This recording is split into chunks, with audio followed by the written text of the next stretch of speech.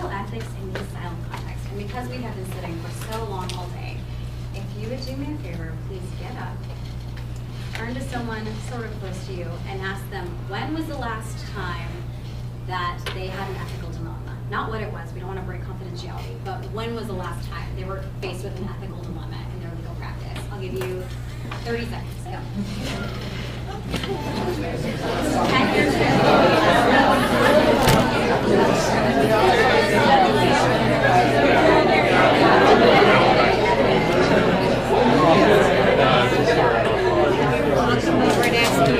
Yes. When was your last I question since I work for the federal office.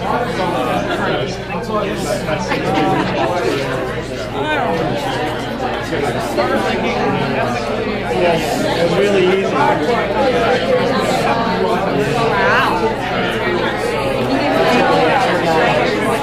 last week.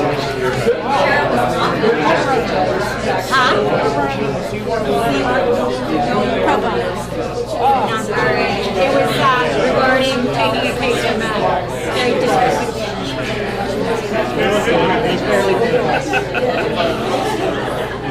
Okay, so if you can find your seats, we're pressed for a little bit of time, so I'm going to rush through this.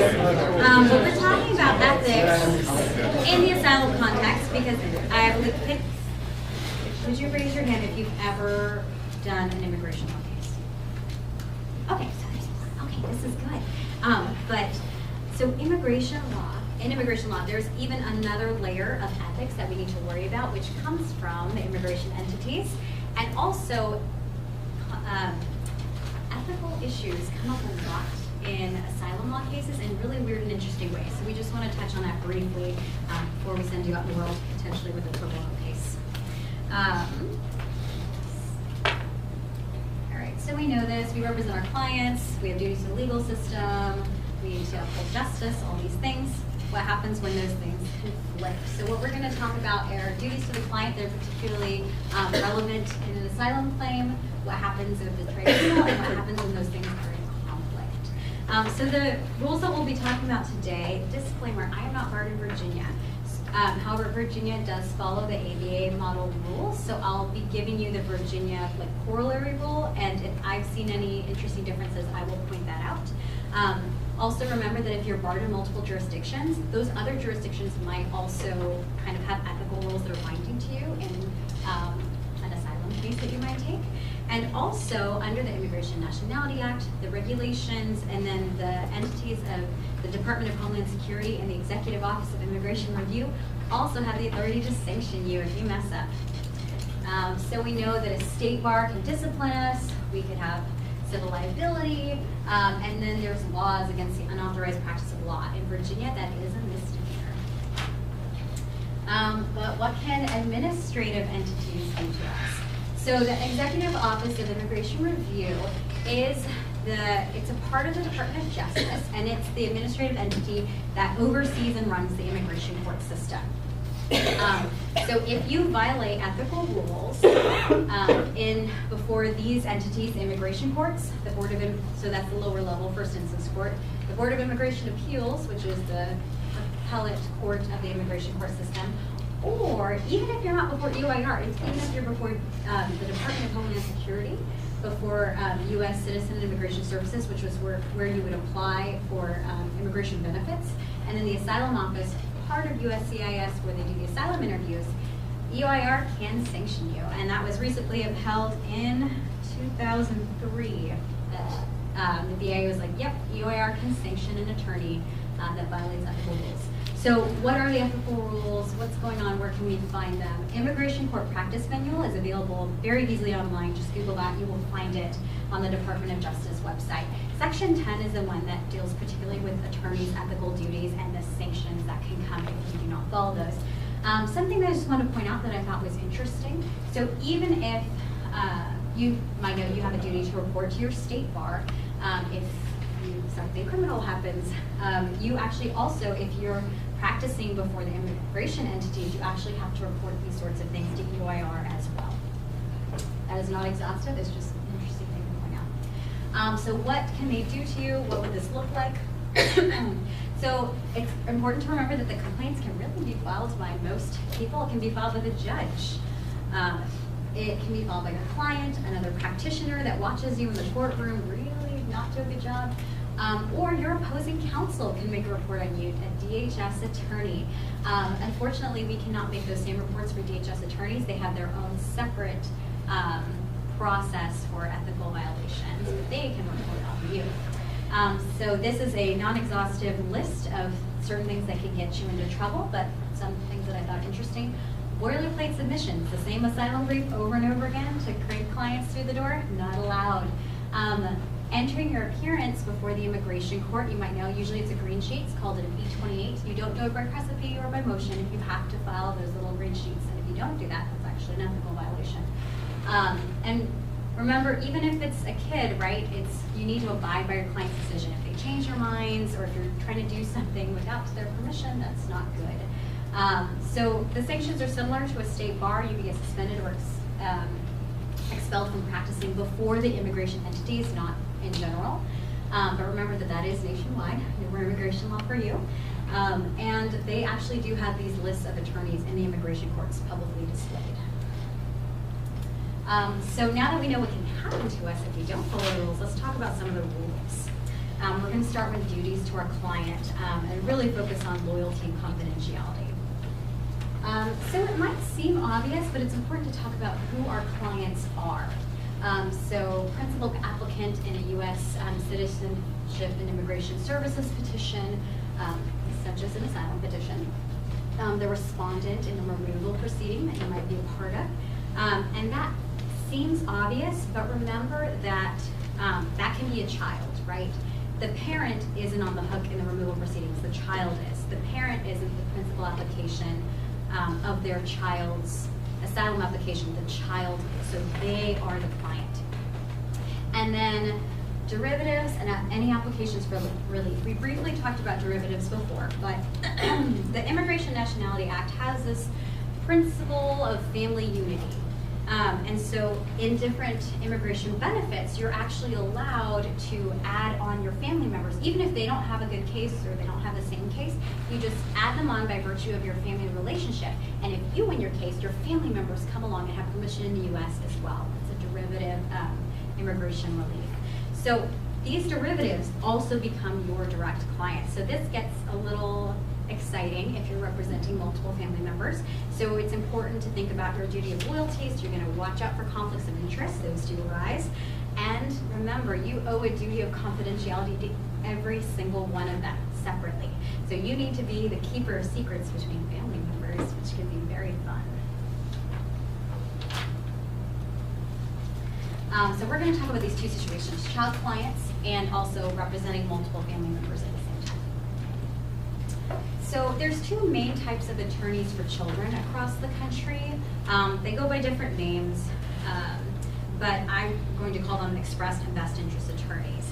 And really, they're very obvious what they mean. What the child tells you they want is the express interest attorney, and the best interest attorney is they're appointed usually by the court to investigate and find out what is a child's best interest, even if it doesn't align with what the child says that they want or thinks is in their best interest. And they fight for that in a judicial proceeding. So an immigration attorney is an expressed interest attorney. We directly represent what the child tells us they want. So a quick note again about parents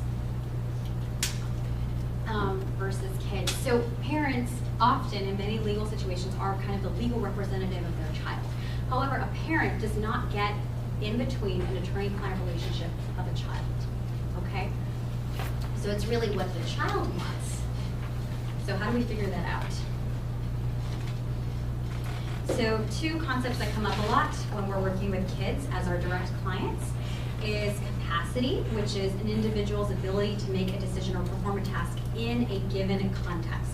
And this is not just in a legal situation. This can be in any situation. Can this 5-year-old child tie their shoes? Do they have the capability of doing that, right? This also, capacity also comes into play for the elderly and in different situations like that in elder law. Competence, on the other hand, sometimes they're used interchangeably, but remember that this is a judicial determination. It has to do with due process to make sure if someone is not competent to stand trial, for example, that they get sufficient due process violations. Competence within the immigration proceedings, we don't do it a lot with children. There's not a lot of determinations about that, unfortunately.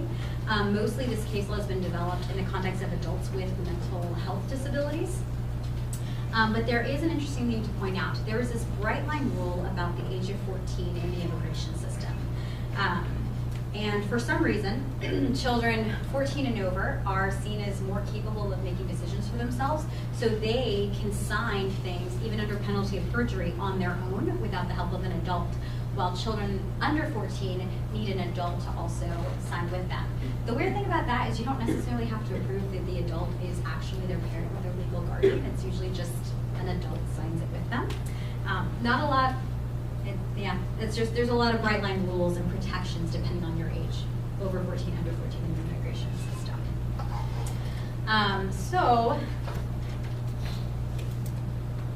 client with diminished capacity, or in Virginia, a client with an impairment. So the basic rule is to presume that they have capacity, to try to have as normal of a relationship as you can. So this might work a little bit better with a 17-year-old. How do you do this with a 5-year-old, right? But remember that capacity is focused on the child's decision-making ability in this particular context. And remember that you and even the parent doesn't necessarily have to agree with the child's legal goals with their legal interests. So if you're going to be working with a child and having them determine the legal goals, you need to kind of understand what is their capacity. So there's no, generally in legal settings, there's no minimum age threshold for capacity. We don't say, oh, under 2, obviously these children don't have capacity anymore, or under 6.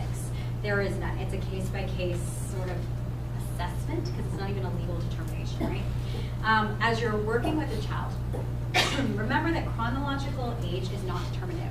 You could have 2 8-year-olds, and you could probably imagine this, and one of them might be very mature, able to understand kind of what's going on in their immigration case and make decisions about it, and another 8-year-old way over their head, right? Kids don't develop at the same rate.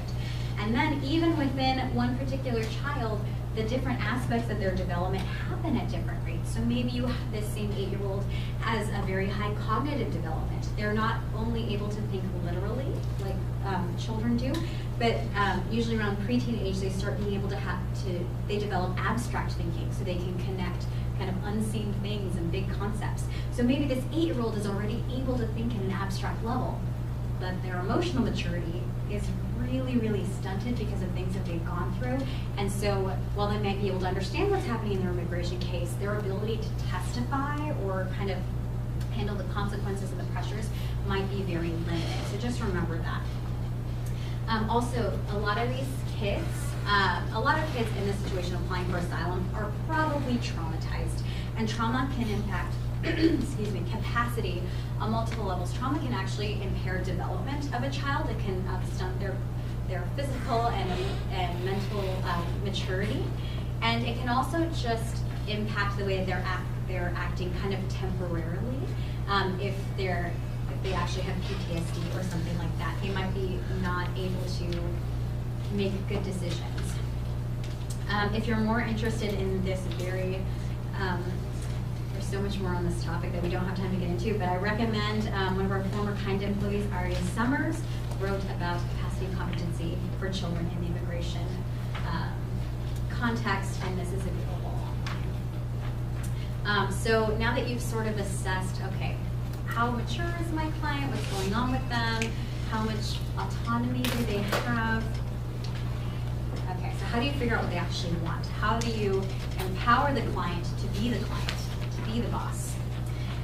Just know this will take a lot of extra time. Take a lot of time. That's just something off the bat. And then you need to communicate. It's your role as the attorney to kind of explain to the child what the heck is going on and what their options are so that they can make a decision, right? So I think the first thing is, I think what Joseph already mentioned, is explain the child's role to them. they're a child. They're very used to adults in situations kind of taking control and making decisions for them. They're probably not used to doing that on their own, especially if they come from a culture where children are supposed to be very subservient. So the first thing you do, sometimes when I ask the kid, I'm like, hey, whose case is it before the immigration court? Is it mine? No. Is it your mom's? No. It's yours, right? That means that you're the boss and that you make the big decisions. Okay, and they're like, oh, yeah. I'm like, I'm like your secretary. I work for you. They're like, wow. So it's kind of fun. Then kind of obviously limit the legal terminology to the things that are very, very necessary, terms that they might hear over and over again in their case. And when you do use the legal terms, please explain them very well. Remember that especially younger kids might not have had any experience in legal situations. They might not know what a court is, what a judge is, or what they do. So remember to identify the key players kind of in the asylum process and explain their roles in kind of like an age-friendly way. So for example, if I'm explaining to a 7 or 8-year-old about what a judge is, what an asylum officer does, well, they are in charge of deciding about whether or not someone should stay here if they have a good case, and sort of explain it that way. So I'm not going to use really high sophisticated language, right? This is kind of like teaching methods now. Using visual aids is very, very helpful, especially for younger children. Why? Because they're very literal. They can't think abstractly yet. So if you're connecting sort of an abstract legal concept and legal arguments to something literal that they can see on a page, that is very helpful. So either already made diagrams, especially colorful diagrams that you can point to as you explain different steps in the process, or even a blank sheet of paper and you might draw like box number 1. First we do this, box number 2. Then we go to the asylum office and we tell them our story. And then if that might work, that might not work, and then box number 3, we might go over here, right? So that really helps them, especially, remember that especially small children with literal thinking, multi-step processes are actually abstract thinking. So really helping break that down, the multi-step asylum process is very helpful. Also, when you're talking to your client and explaining different things to them and their options, for example, they might have SIJ and they might have asylum. How does a 12-year-old decide which one? You have to explain it to them. But if you talk at your client, your 12-year-old, for 20 minutes, and then you say, did you get all that? You want to go with this, right? Okay, good. They did not get that. They did not understand that, and that wasn't really their decision, right? So you need to break down the information a little bit at a time. Maybe talk for 2 or 3 minutes, explain one concept, and then stop and check for understanding. Did you get that? Can you repeat that back to me? What did you just understand? And especially if you get them to talk back to you and say what they understood, this further empowers them to feel like they're a major player in their case and that they're making the decisions. And then repeat, repeat, repeat. It's so important. So make sure to really go in depth in your contract meeting, for example, when you're choosing the remedies, you're choosing the legal goals. But then every client meeting, I like to just remind them what we're doing. Remember that we're explaining to the government that you're afraid to go back to your country and why, so that they can give you safety here. That's what we're doing, right? You just repeating that so that they remember why we're doing this in the first place. Any questions? Okay. So hypothetical, I'm going to read it because of time. Mother and 12-year-old Gabriel come in looking for legal help because Gabriel is in removal proceedings before the immigration court. You interview the two separately, and Mother wants to talk to you first. Mother describes in detail how Gabriel was being forcefully recruited into a gang and has been threatened multiple times with death. Mother is adamant that Gabriel needs to stay in the U.S. with her. When you interview Gabriel, he's quiet and sad. Gabriel tears up when he talks about his maternal grandparents who raised Gabriel since he was an infant. Gabriel says that all he wants to do is return to El Salvador to his grandparents' home. When you ask Gabriel if he is afraid to return, Gabriel says no. When you ask Gabriel if he wants your help trying to stay in the U.S., Gabriel says no. He wants help returning to El Salvador. At this time, can you represent Gabriel in applying for an immigration benefit? At this time. His mom wants him to. His mom wants something. I would say no, because he has clearly expressed that he does not want to stay in the U.S., so he does not want an immigration benefit. That might change over time as he settles in, as he gets more comfortable with mom, as he makes friends at school, he might want to stay here. So sometimes with kids, when they express their interests, look to see what factors are influencing that, and sometimes give them a little bit of time, or talk about what's going on. This might actually be exposing, maybe his mom is actually abusive, and he feels like he can't stay with her. It's better to go back to El Salvador, but he's too afraid to really open up. So there might, with kids usually, if they say something like this, something else is going on. So really be patient, take the time, maybe set up another appointment in a month and see if things are still the same, or if Gabriel's adapting well and now wants to stay here. Does that make sense? Okay, really watching out for the factors that influence the kids' expressionism. So, and I would argue that yes, if you're a best interest attorney, the decision would be easy. You'd probably want a U.S. immigration benefit. Okay, also remember that you need to be loyal to each and every client, even past clients, and so this can bring up conflicts of interest. The rules are right there. So it can be simultaneous representations on different matters. Maybe you have two siblings, and they have their own asylum cases, right? We need to make sure they're not adverse to each other. Or maybe actually, I had a colleague who realized that one of her clients was actually lying about kind of what was going on, and he was actually a gang member who was threatening some of their other clients. So they had to back out of the representation with the gang member to be able to help their other clients. So clearly conflicts of interest between multiple clients that weren't even related. Now remember that former client. So if you were a sibling or family member 2 years ago and now another sibling's here, remember that their interest cannot be materially adverse as well. I think I'm going to skip this hypo. But if you read through it in your notes, my answer is usually when you see two stories that are conflicting, there is sometimes more to the story. Also consider that these kids might be different ages and they might remember really, really different things. That doesn't necessarily mean if you're getting conflicting information that the kids are lying to you, but it does warrant more fact-checking. Can you verify the events by other family members, adult family members who have a better recollection and memory? So that's always really important. Sometimes these conflicts, you just want to do more digging before you take any actions. Sorry, we couldn't go through that. So confidentiality is important when you're representing multiple family members. So if someone calls you and says, I'm looking for my child, I'd like to ask if Jane Doe is your client and has called your office for help because I'm worried about her safety. I think our natural instinct is to go, yes, give me more information. How can I help you? You know, I want to help this child. But that is breaking confidentiality. Even disclosing your representations is breaking confidentiality, right? So you probably get as much information as you could without giving any. And then you would want to try to track down your client to see what's going on and say, you know, ask for permission if you guys think that's wise in the moment to talk to the caller and to let them know these things. But you could not do it without permission from your child client.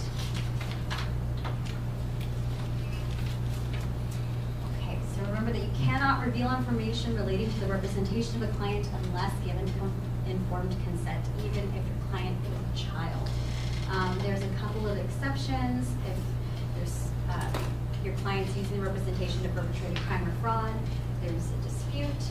It's really there's a conflict between attorney and client, or if you get subpoenaed.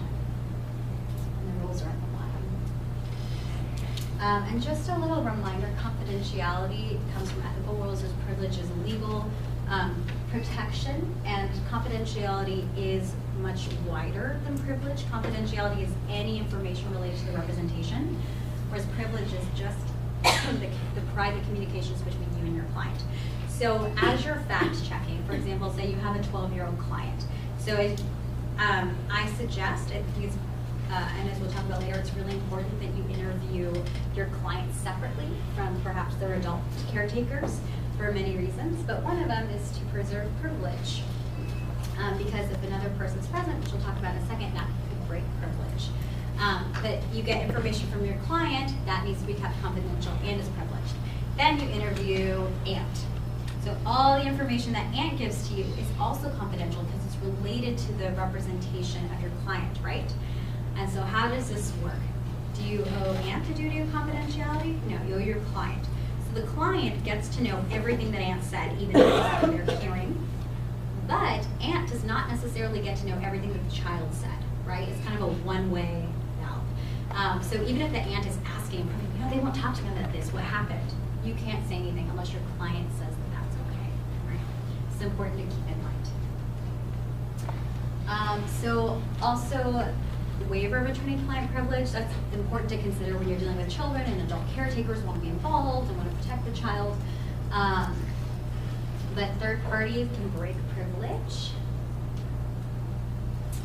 So for example, they might want their aunt to come and sit in with them on the meeting, but I would suggest that you explain to them that that is not a good idea because that could break privilege. You could possibly get the aunt covered sort of as an interpreter who is working with you, but there's issues with that. A close family member, even a parent sitting in on an attorney-client meeting, the state of the law in Virginia, that as best I understand, is up in the air. The latest case that I could find was only a circuit court case in 2011 called Brownfield v. Hodis. And that was actually, the court was asked to decide whether there was privilege in a situation where the present in the meeting were the attorney, the client, and the client's husband. So marital privilege, right? There's marital privilege, and then there's attorney-client privilege. Do they cancel each other out? Does it work to protect each other in this like circular, interesting way? The court decided that to err on the side of upholding privilege and decided that because the other person present also had privilege with the client, that was okay. However, there's no parent-child privilege, right? There's no close family member privilege. So I think it would be likely that a close family member sitting in on a meeting could break privilege. Now, the information would still be confidential, but it would not be privileged. So that's something that your client needs to know that they're giving up if they actually are doing that. Another good reason, just pragmatically, to interview separately is that often family members want to protect each other from really harsh facts, and you will get more facts out of everyone if you interview them separately because they feel like they can actually divulge information. And if the child really needs help kind of considering their options, for example, you might interview them separately, but then bring them both together to talk about what are the available remedies and how to make a decision about it. And again, explaining it's the child's case, they're the boss, and we're here, your adult caretaker, your lawyer, to explain everything to you and to help you make a decision, right? Making sure the adult also empowers the child, because they might want to take over. All right, so obviously we have duties to uphold privilege and confidentiality. This extends to interpreters, to paralegals. There are consequences if we do not supervise properly, right? That's Virginia Rule 5.3. Did not put that in the slides, but you can jot it down. If you're working with an outside interpreter, I'd say a written confidentiality form is probably very best practices. This is pretty basic lawyer stuff. We know to be careful with our documents, not email things out. Think also if you're communicating with, for example, like government entities and so forth, remember that that's not confidential at all. You're breaking confidentiality there, so be careful with those sorts of things. Okay, and then every once in a while, you might have a situation where you become aware, your child might tell you that they are being mistreated. So it's important to know that in Virginia, you are not a mandatory reporter. So unless your child client gives you permission, you can report the mistreatment to a child protection agency. And it's also important to discuss with your client if they don't want to say anything right now, they just want to kind of wait and think about it. As you're talking about the client's options with them, you need to explain to them that there are other people in their lives that are mandatory reporters, right? Like medical health professionals, the staff at their school, if they open up to a school counselor, that will result in an official report, and the government's going to know about it, okay? And when can an attorney report abuse and neglect? It's not really well established when you can break confidentiality over your client's wishes. It's really just if your client says that they're about to commit a crime, so if you know that maybe they're thinking about perpetrating a crime on one of their siblings or something, then you can step in. But if it's a crime where your client's a victim, I think it's much more unclear, and the rules really err on the side of keeping confidentiality even if your child's being hurt. And that's very much something to consider at the hotline, supervisors. It's a difficult and sticky situation. Okay, Other duties that are very, very important that we don't have time to get into today. This is especially important because immigration law, it can be, an immigration court can kind of be like the Wild West. There's very harsh deadlines, and sometimes you only get one chance to apply for something. And if you mess up, you can really hurt people. So competent representation is very, very important. If you're not experienced, please have a mentor, things like that. That's why unauthorized practice of law and those laws protecting that are so important. Very briefly, we cannot lie to the court. So how does this come into play in asylum? So in Virginia, actually, your duty to be truthful to the court sort of trumps confidentiality in some situations. So if there is false evidence, remember that you need to make a reasonable and diligent inquiry before you present evidence.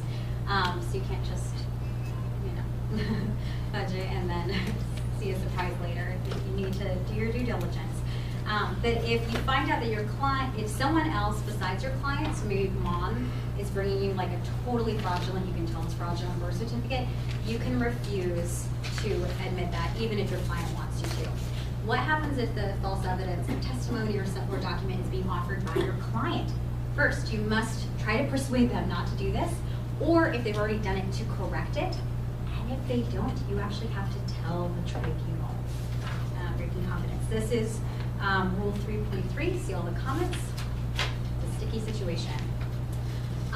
But also remember that trauma really affects memory and communication. So this is just, especially as you're fact-finding, and even as your client is relating their story in an interview or in the court, it's really important to remember that trauma and things like PTSD actually biologically affect the way that memories are stored and recalled.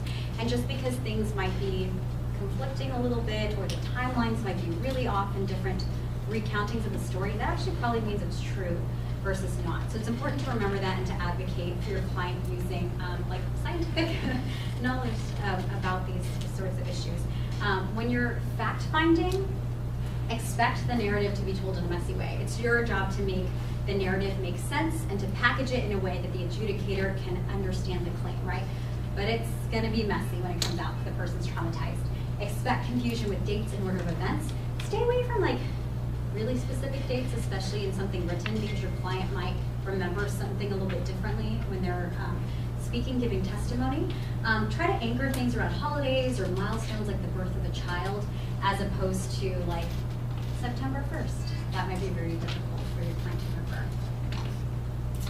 Okay, there's a lot of statements that you are forced to make under penalty of perjury in immigration law. This is very important. So most forms that you submit to USCIS, including the asylum form, that is under penalty of perjury. Any affidavits or declarations made in support of immigration benefits, penalty of perjury. Anytime you talk to a government official, basically. So inconsistent statements and information can affect a client's credibility. This comes a lot into play in the immigration court. Your opposing counsel will find, if they have a government record that your client says something different at another point of contact, for example, at the arrest or detention initially with immigration officials, they will bring that up and they will impeach your client's credibility with that. So it's very important to know what your client said before in their interviews.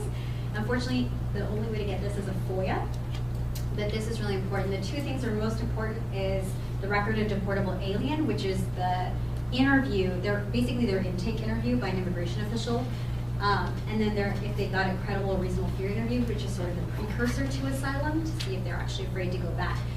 Please make sure you know what is said in those, because you don't want your client impeached later. If they recounted the story a little bit differently, or they said something like, oh no, I'm not afraid to go back, that could be bad.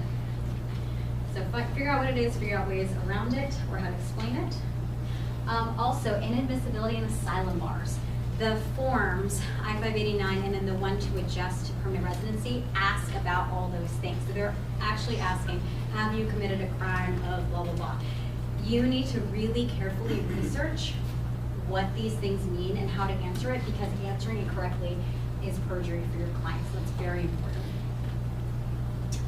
So these are just examples of the form questions. So for example, have you and your family members ever been accused, charged, arrested, detained, etc., in any other country other than the United States?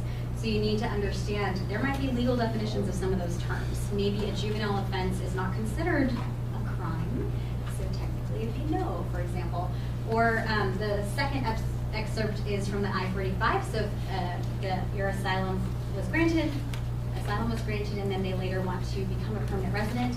Have you ever knowingly committed any crime of moral turpitude? There is a very intense legal definition with a lot of case law of what in the world is moral turpitude. So you really can't just breeze through these. That would be malpractice.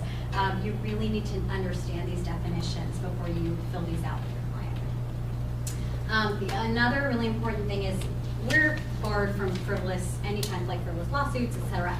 But there's actually really bad penalties for the client if a court determines that a frivolous asylum application was submitted. They are barred from any U.S. immigration benefit ever, which is the most severe consequence that the U.S. government gives.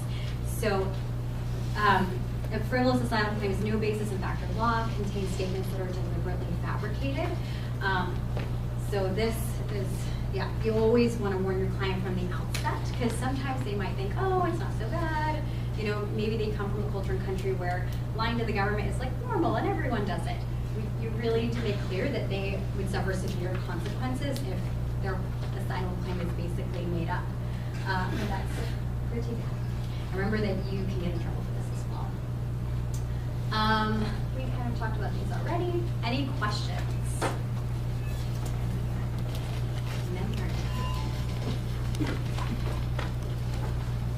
All right, that's it. I'm going to get into the session. Thank you so much.